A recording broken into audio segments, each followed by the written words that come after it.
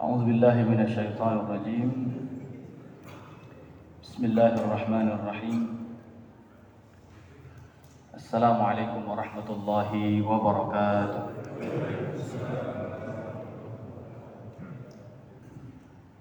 الحمد لله رب العالمين، والعاقبة للمتقين ولا عدوان إلا على الظالمين. أشهد أن لا إله إلا الله وحده لا شريك له، إياه نعبد وإياه نستعين. وأشهد أن سيدنا محمدا عبده ورسوله المبعوث رحمة للعالمين. اللهم ربنا فصل على سيدنا محمد وعلى آله وصحبه ومن تبعهم بإحسان إلى يوم الدين. سبحانك لا علم لنا إلا ما علمتنا إنك أنت العليم الحكيم. اللهم علمنا ما ينفعنا وانفعنا بما علمتنا وارزقنا علوما تنفعنا في ديننا ودنيانا وآخرتنا برحمتك يا أرحم الراحمين. أما بعد. Alhamdulillah, kita bersyukur kepada Allah Subhanahu wa taala. Salawat dan salam kita hadiahkan kepada suri tauladan kita, Nabiullah Muhammad sallallahu alaihi wasallam. Jamaah sekalian yang dimuliakan Allah Subhanahu wa taala,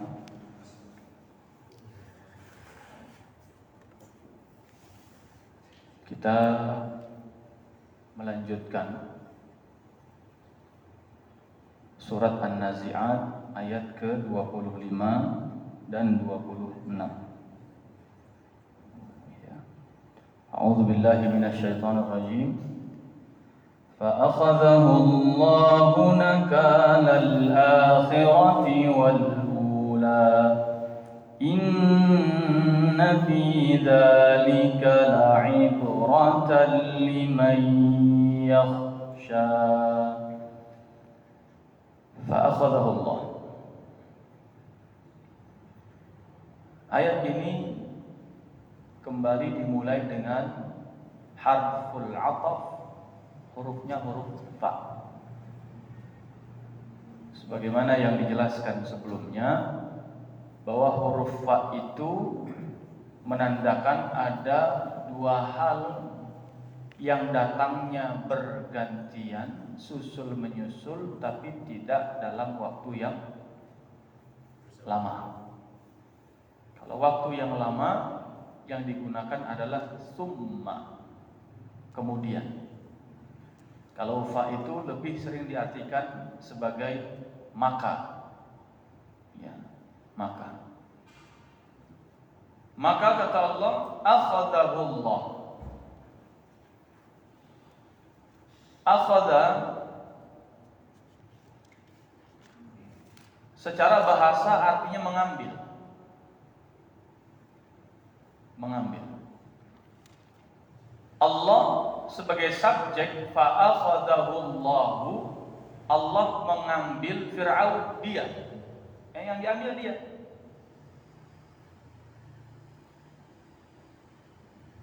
Dijadikan sebagai apa? Yang pertama, Allah mengambil Fir'aun sebagai pembelajaran bagi umat-umat setelahnya. Mengambil, memisahkan dia, padahal yang disiksa berapa banyak, Pak? Banyak. Sebagian tafsir dan bahkan beberapa Al-Quran terjemah menerjemahkan akhadha itu, maka Allah mengazab dia, menghukum dia. Dan banyak dalam Al-Quran kata akhadha seringkali dikaitkan dengan azab, hukuman. Tetapi kata kerja awalnya, dasarnya adalah mengambil. Sementara kalau kita ambil maknanya adalah azab atau hukuman, yang diazab oleh Allah bukan hanya Fir'aun. Mereka harusnya pakai kata ganti hum, fa'akhadhahumullah. Kalau kata ganti hum untuk dia dalam bentuk tunggal. kata ganti huwa dia. Fa'akhadhahu, Allah mengambil dia, satu orang. Siapa yang diambil? Dialah yang mengatakan faqala ana rabbukumul a'la. Dia yang mengatakan saya adalah Tuhan kalian yang paling tinggi. Maka dia yang mengatakan itu, Allah ambil dia, Allah pisahkan dia. Ini ada barang di atas meja banyak, saya ambil ini satu. Akhadtuhu, saya ambil ini, saya pisahkan. Saya menarik dia dari tempat asalnya. Saya memisahkan dia dari barang-barang yang lain. Khudh min amwalihim shadaqatan. Ambillah harta mereka sebagai zakat. Yang diambil banyak apa semuanya, Pak? Sedikit. Dipisahkan 2,5%. Kata Allah apa? Khudh. Kata perintah dari akhadha ya'khudhu khudh. Dia telah mengambil, dia sedang mengambil, ambillah. Pisahkan harta itu. Ambil yang memang bukan bagiannya. Yang lain 97,5% halal. Yang ini tolong diambil, itu tidak baik buat dia. Maka akhadha mengambil. Allah ambil Fir'aun untuk apa, Pak? Kata Allah, Fir'aun itu dijadikan sebagai litakuna liman khalfaka ayah, agar menjadi tanda-tanda kekuasaan Allah bagi orang yang datang kemudian. Maka sampai hari ini kita masih bisa melihat muminya Fir'aun. Gimana caranya, Pak? Sudah di dalam lautan, di dasar lautan, itu mumi, itu jasad bisa selamat. Al-yawma nunajjika bi badanika litakuna liman khalfaka ayah. Pada hari ini kami yang menyelamatkan jasadmu, kata Allah. Nunajjika li badanika, badanmu kami selamatkan. Litakuna, agar kamu liman khalfaka ayah, menjadi ayat-ayat, tanda-tanda kekuasaan Allah bagi orang yang datang setelah kamu. Allah mengatakan itu kepada Fir'aun saat Fir'aun sudah meninggal. Berfungsi nggak kira-kira, Pak? Karena yang namanya al-yawma nunajjika, kami menyelamatkanmu, itu pembicaraan dua arah. Aku menyelamatkanmu. Harusnya orang masih hidup, karena ada mutakallim, ada mukhatab, ada yang berbicara, ada yang sedang diajak bicara. Saat itu dia sudah tidak ada rohnya. Maka Allah bilang, hari ini aku selamatkan badanmu saja. Dengan cara apa? Allah ambil dari dasar laut itu, kemudian dengan gelombang-gelombang air, terbawalah dia ke permukaan air. Siapa yang membuat seperti itu? Allah. Kalau sudah di dasar air, Pak, ada nggak jasad yang bisa selamat? Di dasar Laut Merah, kadang-kadang di kedalaman tertentu saja, tekanan dari mana itu? Atas apa bawah? Air. Dari atas ya. Semakin menekan kan, kadang telinga bisa pecah gendangnya. Orang-orang yang tenggelam itu, kalau sudah mati di laut, itu nggak akan bertahan lama. Kulit lepas, tulang lepas. Makanya ketika Abu Talha Al-Ansari wafat di laut saat usia 83 tahun, ikut perang ke Siprus, ekspansi pertama pasukan laut umat Nabi Muhammad SAW di bawah pimpinan Utsman bin Affan, saat itu beliau syahid di laut selama 1 pekan. Kemudian jasadnya masih utuh. Maka kata para ulama, itulah karomah beliau. Karena tabiatnya manusia, jangankan 1 pekan di laut, di atas air, bikin 3 hari saja, mungkin dia udah kayak ikan asin, asin, lepas kulitnya, bau, busuk dan seterusnya. Karena ada unsur garamnya kan gitu. Tapi tidak terjadi pada beliau. Artinya apa? Murni kami yang menyelamatkan badan wahai Fir'aun, dan kami yang mengambil itu. Fa'akhadahullah nakala al-akhirati wal ula. Pertama itu, Makna fa'akhadha yang pertama adalah mengambilnya, ya, sebagai nakal, sebagai bentuk hukuman dan siksaan. Salah satu cara Allah menghukum Fir'aun di dunia adalah namanya akan abadi, jasadnya abadi, dan menjadi pembicaraan atas ketidakbaikannya dia. Bahkan Allah pun menceritakan itu. Kalau dalam Al-Quran ada perbuatan baik, seringkali tokohnya disebutkan. Betul Pak ya? Luqman ngasih nasihat. Kata Allah apa? Wa in qala Luqman libni. Ingatlah ketika Luqman memberikan nasihat kepada anaknya. Ketika Maryam wanita soleh disebutkan namanya. Kemudian ketika para nabi orang-orang baik disebutkan namanya satu persatu. Tapi ketika ada orang yang tidak baik dengan perbuatan yang tidak baik, tidak selalu disebutkan dalam Al-Quran, dan ada yang disebutkan.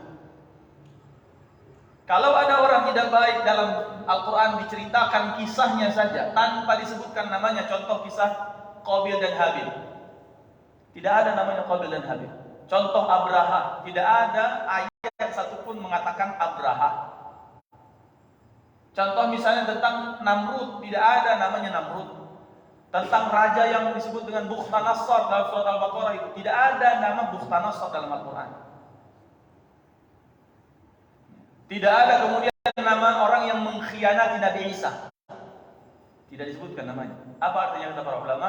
Kalau ada perbuatan tidak baik disebutkan dalam Al-Quran, tidak disebutkan siapa tokoh dan namanya, maka perbuatannya akan berulang dengan nama dan tokoh yang akan berbeda. Tapi Fir'aun Mbak, dalam Al-Quran namanya disebutkan, perbuatannya disebutkan. Ya. Apa maksudnya? Bahwa kemungkaran dan keingkarannya udah lewat batas. Namanya perlu disebut supaya kita hati-hati. Kalau misalnya ada orang ketangkep nyuri motor, nggak tahu namanya, kita cuma bilang apa? Pak, hati-hati, parkir motor dikunci. Ya, ini tempat yang rawan. Siapa pelakunya? Pokoknya hati-hati aja. Kemarin sih udah 2 orang ketangkep. Viral ya di RTM situ ya. Dapat Pak videonya? Depan RTM. 2 hari yang lalu, hari kemarin, saya lupa itu. Tangkap 2 orang. Hari Jumat, berarti kemarin, jam 10 pagi. Tapi kalau kita bilang Pak namanya misalnya Hanoman, Pak hati-hati sama Hanoman. Kenapa? Dia asal lihat motor sedikit langsung bisa diembat sama dia. Maka kewaspadaan kita lebih kepada sosok plus perbuatan. Beda dengan perbuatan orangnya saja. Siapa orangnya? Pokoknya hati-hati aja nih. Punya motor kunci. Tapi kalau kita sebut namanya, kewaspadaan kita menjadi lebih. Maka waspadalah tentang Fir'aun, tentang namanya dan semua karakternya, tentang perilakunya, sikap dan sifatnya. Ujungnya apa? Fa'akhadahullah. Allah akan pisahkan dia. Yang lain tenggelam, dia dipisahkan. Diangkat, diambil sama Allah. Sekarang muminya masih ada. Kalau sempat main ke Mesir, nanti minta diantarkan sama tour guide, tour leadernya, minta diajak ke Mathaf Qahirah, Museum Kairo. Itu dalam ada apa? Ya, dulu waktu zaman saya bayarnya 100 pound sterling Mesir. Ya, kurang lebih 200.000 lah waktu itu. Masuk, tapi nggak boleh bawa foto. Nggak tahu sekarang. Semua tentang peradaban Mesir kuno ada di situ, termasuk Firaun. Mana yang Ramses II yang kemudian menjadi tanda petik lawannya Nabi Musa. Ya, orangnya kecil, dagunya panjang, ya badannya pendek ya, nggak terlalu panjang, nggak terlalu tinggi. Allah abadikan itu. Akhadha, Allah ambil dia. Satu. Yang kedua, Selain fisiknya Allah ambil untuk menyelamatkan badannya sebagai pelajaran bagi orang-orang yang datang setelah dia, maka disebut sebagai di ayat berikutnya, inna fi dzalika la'ibrah. Allah mengambil dia untuk dijadikan ibrah bagi kita. Makanya kisah tentang Nabi Musa, Bani Israel, Fir'aun itu kisah yang paling banyak ada dalam Al-Quran tentang pengulangannya.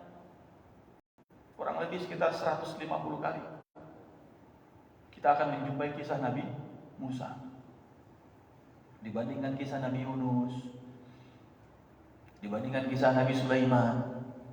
Potongan-potongan kisahnya kita hafal. Kalau Sulaiman tentang percakapan dengan semut, tentang percakapan dengan Hudhud, tentang percakapan dengan Balqis, kan begitu. Tentang wafatnya beliau yang dikira masih hidup, ternyata tongkat, meninggal dalam kondisi sedang megang tongkatnya. Kisah Nabi Musa panjang Pak, dari mulai tongkatnya diceritain buat ngamun kambing, buat kemudian ngambil makanan dan seterusnya. Dari mulai beliau kecil, dari mulai kemudian beliau dimasukkan ke dalam petinya Allah hampirkan kepada istana Firaun, lengkap dari awal cerita sampai akhir, tersebar di banyak surat. Kalau Nabi Yusuf dari awal sampai akhir di satu surat. Tidak ada surat Musa, tapi ada surat Yusuf misalnya. Dan kedua-duanya tempatnya sama-sama di Mesir. Makanya orang Mesir, ya, tanda petik berandal-berandalnya, orang yang kemudian bukan ahli masjidnya, misalnya gitu, itu minimal surat Yusuf mereka hafal. Ya, karena senang nama Mesir disebut di dalam Al-Quran. Udkhulu Misra insyaallahu amin. Masuklah ke Mesir. Kita turun di Bandara Qahirah, ada tulisan udkhulu Misra insyaallahu amin. Ya. Nah, ini yang pertama. Akhadha dalam arti makna diambil oleh Allah sebagai pelajaran, diambil oleh Allah, diutuhkan jasadnya, diselamatkan badannya. Kemudian yang kedua, aina kala qawlihi ma 'alimtu lakum min ilahin ghairi wa qawlihi ba'da ana rabbukumul a'la qala Ibnu Abbas wa Mujahid wa Ikrimah wa kana bainal kalimataini 40 sanah. Ya. Nakal itu adalah kekeliruan ucapannya, pembangkangan berupa ucapan, nakal. Ya. Makanya yang suka bilang, kok nakal banget sih kamu? Ya. Nakal itu memang artinya membangkang. Ya. Membangkang, melawan, masuk ke Indonesia jadi bandel gitu, bandel, nakal, bader begitu ya.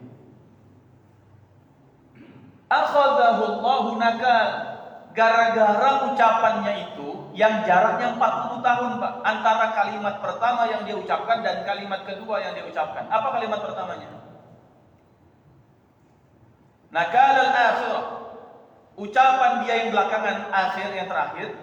Wal ula, dengan ucapan yang pertama dia ucapkan jaraknya 40 tahun, tapi konsisten. Yang pertama dia bilang, mali ara min ilahin ghairi. Saya tidak melihat ada Tuhan selain saya. Tidak ada yang lebih hebat dibandingkan saya. Sampai dia bilang kepada menterinya, namanya inisialnya H, Haman. Ya Haman ibni li sarhan la'alli ablughul asbab as-samawati fa'attali'a ila ilahi Musa wa inni la'adhunnuhu kadhiba. Wahai Haman, Anda adalah orang pintar, Anda orang yang jago membuat bangunan, yang hebat dalam rangka membangun infrastruktur. Ini menterinya Firaun. Coba sekarang bikin bangunan yang paling tinggi supaya saya nanti bisa naik ke bagian yang paling tinggi dan saya pengen lihat di atas itu ada Tuhannya Musa nggak? Bener nggak ada Tuhan Musa di sana? Dan saya yakin pasti tidak ada Tuhan Musa di sana. Sampai sebegitu menantangnya kepada Allah. Mali ara min ilahin ghairi. Saya tidak lagi melihat ada Tuhan selain saya. 40 tahun berikutnya, ya, dia mengatakan ana rabbukumul a'la. Saya memang Tuhan kalian yang paling tinggi. Jadi sombongnya istiqomah, ya, membangkangnya istiqomah, ya. Artinya apa? Allah ngasih kesempatan 40 tahun buat dia. Betapa baiknya Allah Subhanahu wa ta'ala. Maka wahai orang beriman, kalau kita punya kesalahan sama Allah, jangankan 40 tahun, Allah nungguin kita udah. Selama kita tidak sampai mengaku Tuhan, peluang diterimanya taubat kita oleh Allah lebih besar dibandingkan Firaun yang sempat merasa tidak ada Tuhan kecuali dirinya. Itu pun Allah masih tunda berapa lama? 40 tahun nggak langsung diazab. Ya, mana tahu sadar. Ya, mana tahu tobat. Ya, mana tahu hijrah. Ya, mana tahu mau memperbaiki diri. Mana tahu mau belajar. Mana tahu mau datang ke tahlim, ke majelis dan seterusnya.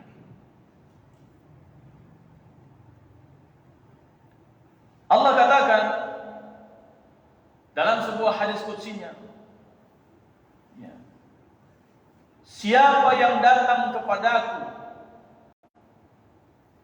dengan dosa seluas bumi dan seluruh isinya, selama tidak menyekutukanku, aku akan datang kepadanya dengan jumlah yang sama berupa ampunan.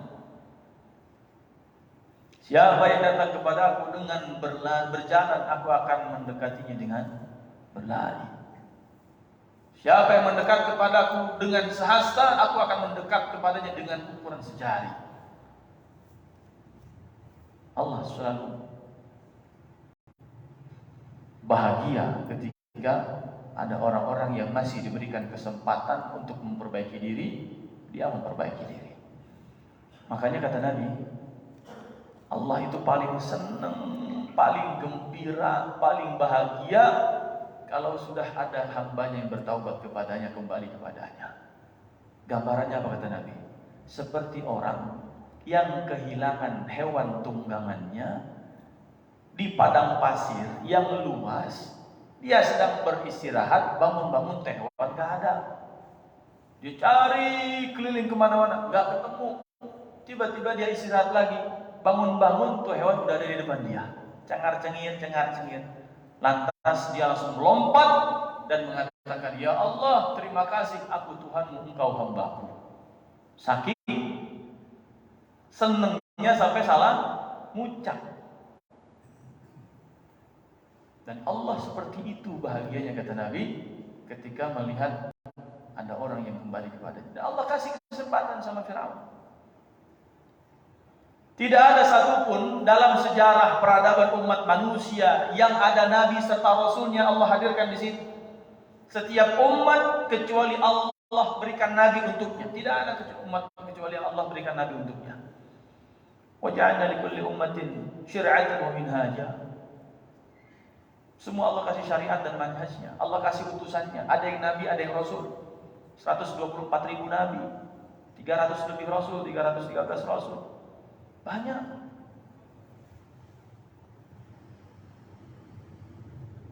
Maka tidak ada satupun yang ketika nabi dan rasulnya sudah diutus, melainkan ada yang melebihi keingkarannya siapa? Firaun. Maka Allah abadikan. Dan sekali lagi, tidak ada satupun kaum yang ada nabinya diutus kepada mereka, Allah langsung mengadabnya dalam hentakan yang pertama ketika Nabi berdakwah, ditolak langsung diadab, tidak ada. Tidak ada nabi yang diutus cuma sehari 2 hari, Bang. Nabi Nuh dakwah 950 tahun. Da'utuhum jihara Tsumma inni a'lantu lahum wa asrartu bisara. Saya dakwahi mereka ya Allah pagi malam lailan wa nahara. Saya dakwahi mereka terang-terangan, sembunyi-sembunyi. Ya, saya pakai semua metode. Sekarang dakwah sudah pakai YouTube, direkam. Bapak Ibu silakan datang ke pengajian di Masjid Fulan. Bagi yang tidak bisa hadir silakan saksikan YouTube-nya. Sudah difasilitasi metodenya. Yang tidak sempat ke masjid, ini juga live, silakan. Ini link Zoom-nya. Link Zoom disediain.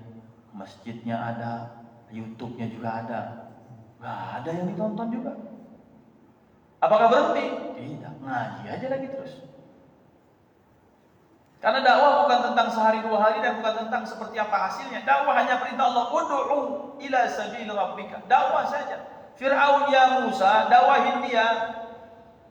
Faqula lahu qawlan layyina, sampaikan perkataan kepadanya perkataan yang lembut-lembut saja. Mudah-mudahan yang keras itu bisa cair dengan kelembutanmu itu. Padahal Musa tipunya garang, Pak. Musa itu tipe yang orang kalau sekali pukul mati. Dikatakan apa dalam Al-Quran? Fa wakazahu faqadha alaihi, sekali pukul sama Musa dadanya orang itu mati. Kalau dia mau begitu ke Firaun bisa enggak kira-kira? Bisa. Tapi Allah enggak perintahkan itu. Faqul dakwahin saja udah. Mana tahu la'allahu yatadzakkaru aw yakhsha. Mudah-mudahan dia sadar. Mudah-mudahan dia jadi takut sama aku. Dia punya khasyah. Namrud juga begitu. Ibrahim berdakwah Masya Allah hampir 100 tahun. Rasulullah SAW berdakwah kurang lebih 23 tahun. Nabi Adam berdakwah lebih lagi, di atas 1000 tahun dia usianya.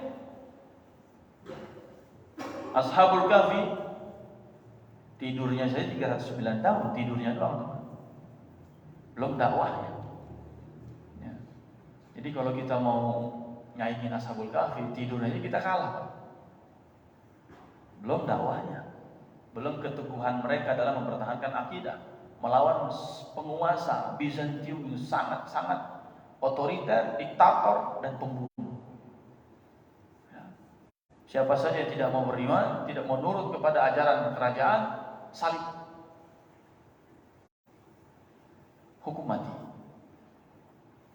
7 anak muda melarikan diri membawa imannya, ditemani dengan seekor anjingnya. Dia datang berlindung ke sebuah gua. Allah tidurkan, Allah tutup pintu guanya sehingga tidak disinari cahaya matahari. 309 tahun. Dakwah sebuah perjalanan yang panjang. Tapi sampai kapanpun pilihannya hanya 2. Kita duluan yang mati dalam kondisi baik, atau tetap dialah yang mati dalam kondisi tidak baik. Mana yang lebih dulu saja? Kalau Allah berikan hidayah, bonus. Tapi sampai kapanpun akan tetap ada yang tidak baik. Dari dulu sampai akhir zaman akan ada sosok-sosok Fir'aunnya, Namrudnya ada, Hamannya ada, Abu Jahalnya ada, semua ada. Pilihan kita hanya di persimpangan. Fahadainahum najdain, kami berikan 2 jalan. Falaqtahamal aqabah. Wa ma adraka mal aqabah. Kedua-duanya jalannya mendaki, Pak. Jadi orang baik jalannya mendaki, jadi penjahat jalannya mendaki. Kalau sama-sama jalannya mendaki, tapi di atasnya disediain minuman, yang atur jalan mendaki di atasnya dicemplungin, kan tentu kita secara cerdas dan sadar akan memilih apa? Gak apa-apa dah sama-sama mendaki, yang penting ujungnya dikasih minum, selamat. Kata siapa jadi penjahat gak mendaki jalannya? Capek, susah, ya. Butuh strategi, butuh pengalaman, ya kan? Sekarang yang lagi rame kata orang yang bisnis laundry katanya. Karena sekarang yang di laundry bukan lagi baju tapi duit. Ya. Setelah kasus yang siapa itu? Siapa, Rafael apa siapa itu? Sibuk pada datang ke laundry buat nyuci duit katanya. Jadi orang jahat gimana? Capek juga nyembunyiin ini, nyembunyiin itu. Pakai namanya si fulan, pakai namanya si fulan. Capek, mendaki kok jadi penjahat. Jadi orang baik capek juga. Mau bangun malam, masang alarm susah. Kadang udah dipasang dimatiin bisa deh. Kita mau datang pengajian di kaki kayaknya berat, ada aja godaan. Kita mau puasa, ingat besok ada kondangan lagi, nggak jadi juga. Ada aja berat memang. Ya. Tapi di situ Allah ingatkan, fa akhadhahu Allahu nakala al-akhirati wal ula. Ada loh orang konsisten 40 tahun dalam pembangkangan kepada Allah itu ada, bukan nggak ada. Ini kalau di Indonesia nih, kalau 40 tahun tuh udah berapa periode tuh? 8 periode Pak ya, kalau pemilu itu. 40 bagi 5 tahun, 8 kali udah. Jadi Firaun berkuasa 8 periode, 40 tahun. Kalau di zaman sekarang yang 40 tahun terakhir itu Muammar Gaddafi 41 tahun. Kalau Husni Mubarak 32 tahun. Ya, paling lama tuh Muammar Gaddafi. Allah yarham, semoga Allah ampuni beliau. Artinya apa? Model-model kekuasaan seperti Firaun akan ada, sosok seperti Firaun ada, orang konsisten 40 tahun dalam ketidak adanya bimbingan Allah pun ada. Tetapi ceritanya menjadi berbeda. Siapa yang tersisa? Bukan Firaun yang tersisa, tapi Musa yang tersisa. Bukan tentang Namrud yang tersisa, tapi Ibrahim yang tersisa. Bukan tentang iblis yang tersisa, Adam namanya tersisa. Bukan tentang Abu Jahal, Nabi Muhammad yang tersisa. Abu Jahal mati duluan, Nabi Muhammad masih hidup.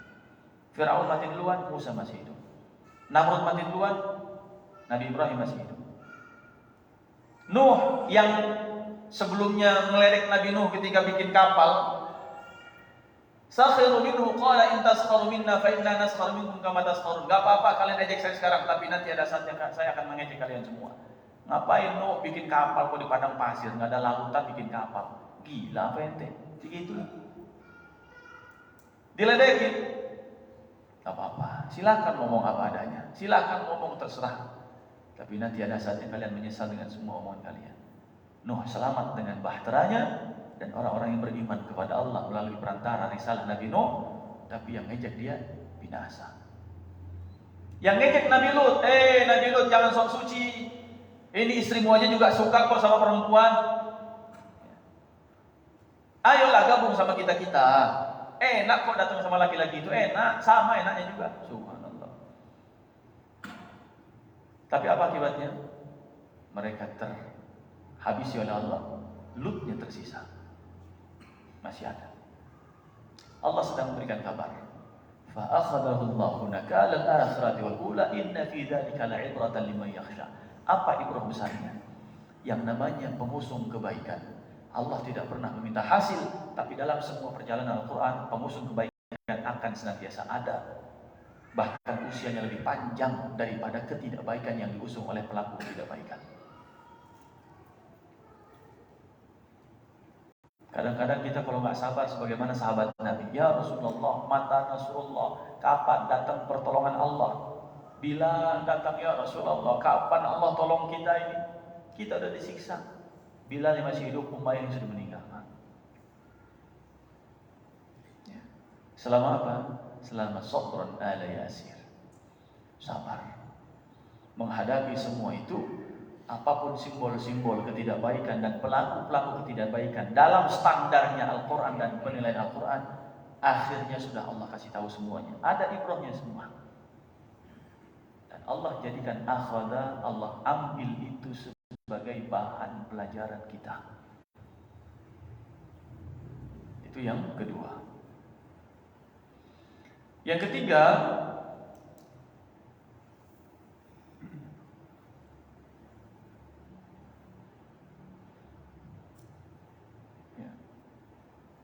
inna fi dzalika, sesungguhnya pada yang demikian itu, fi dzalika, dzalika adalah ismul isyarah lil ba'id. Kata tunjuk untuk menunjukkan yang jauh, dan itu satu. Nih, satu saya bilang dzalika atau tilka. Itu. Tapi kalau dekat, hadza saya bilang ini.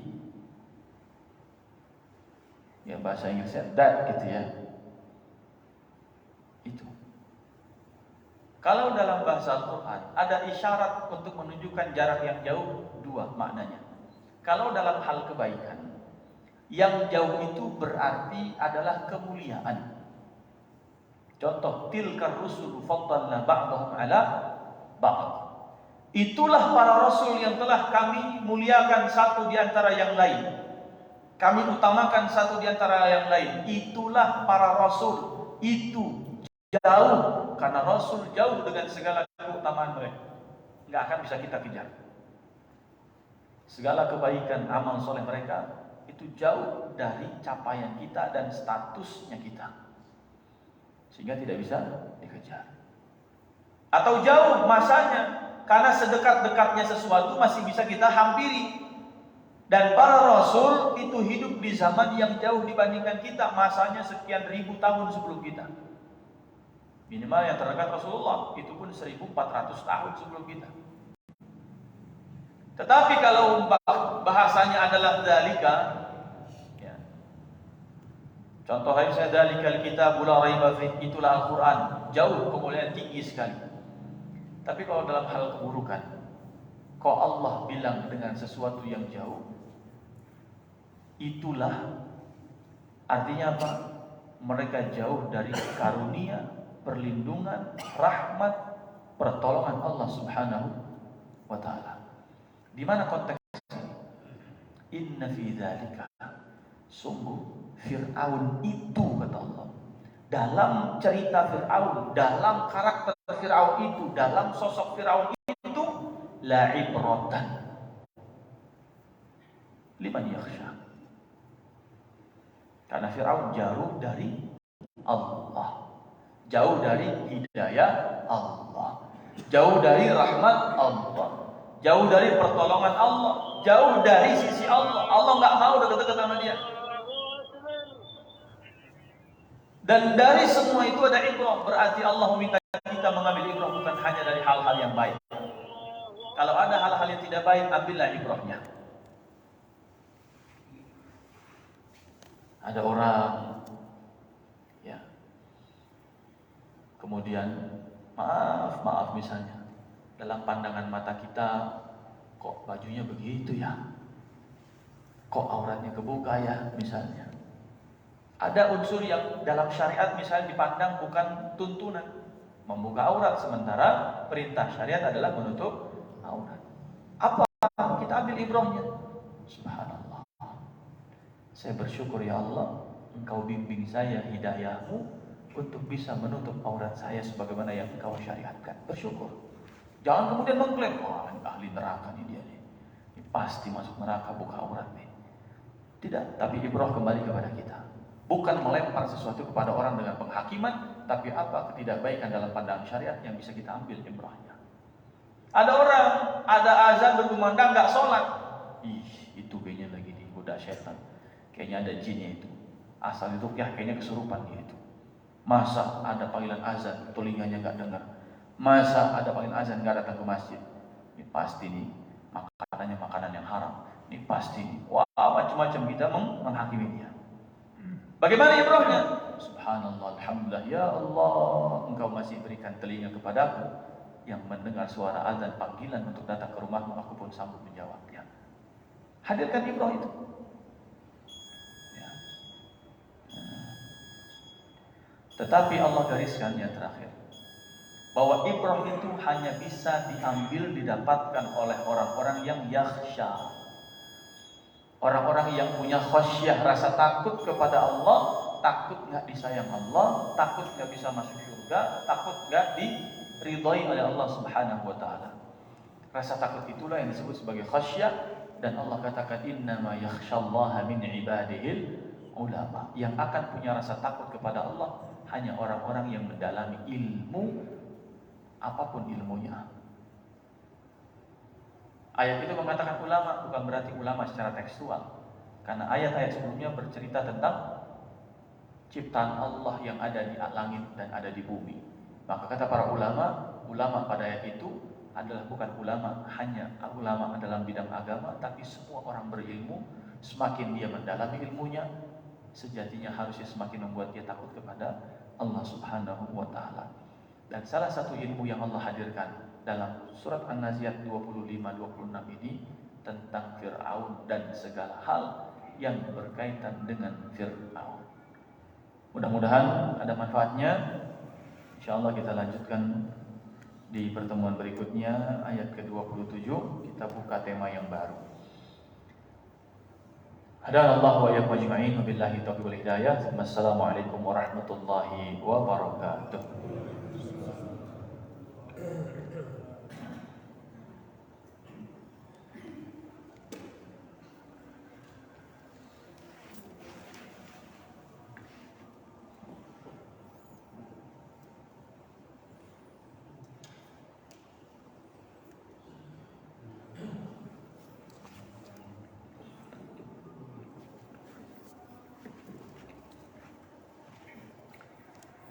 الله